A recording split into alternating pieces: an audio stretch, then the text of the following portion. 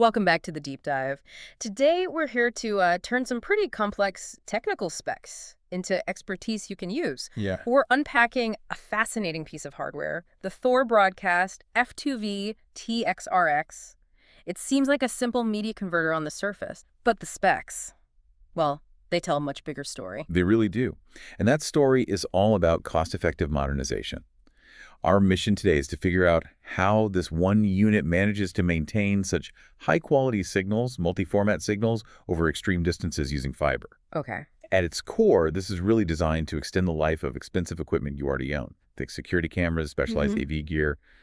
It just adopts that high-end digital encoding, but in a, much more affordable chassis. That's a critical piece of context, and the starting point for this whole thing, for our deep dive, is its main job, handling 2 channels of composite video. Right. But hold on, if we're focused on quality, aren't analog signals just inherently going to degrade over distance? How does this thing digitally compensate for what's already kind of an imperfect source? That is the perfect question. And that's where the high-end backbone comes in.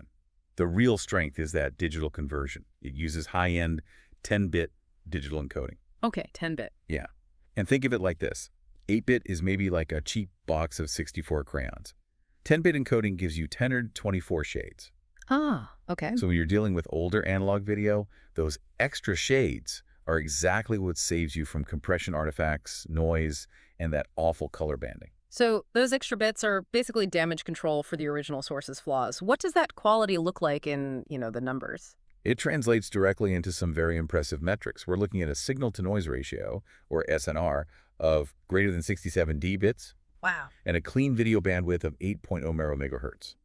Just to clarify for everyone listening, SNR is basically how clean your signal is versus the background static. 67 dB tells you this thing is operating at broadcast quality clarity. That level of fidelity is pretty remarkable for composites. So, okay, let's talk flexibility. For global deployments, it has to support, well, everything. Absolutely. Yeah. The unit is format agnostic. It supports NTSC, PLL, and CCAM. So you just eliminate the need for any upstream format converters before the signal even hits the fiber. It simplifies everything. Distance, that's always the biggest challenge. The spec sheet says 20 kilometers standard, but then there are options to push it out to 40 or even 60 kilometers. Yeah. Why is single-mode fiber so essential to getting that kind of reach? Single-mode optics are just designed for very low attenuation. I mean, the light signal loses way less power over vast distances compared to multimode. Got it. And that's what lets these specialized transceivers reliably push that high-fidelity video and data up to 60 kilometers. Yeah. It's just enormous for a signal that started out on copper. So if we connect this to the bigger picture, it's not just a video device, it's more like an infrastructure hub. What else can it carry in the same enclosure? Well, this is where it gets really flexible. It can carry data, Ethernet, telephone, or audio right alongside the video. For data, it supports all the common interfaces, RS-232, 485, and 422. Okay, the standard. Right.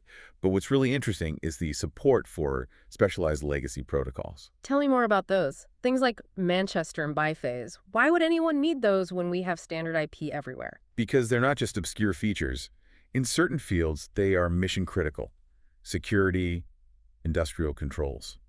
Biphase, for example, is often used in systems that need extremely reliable, low-complexity data links. Ah, like for remote monitoring. Exactly. Remote monitoring or specialized sensors where a standard TCP/IP stream just isn't viable or adds too much overhead.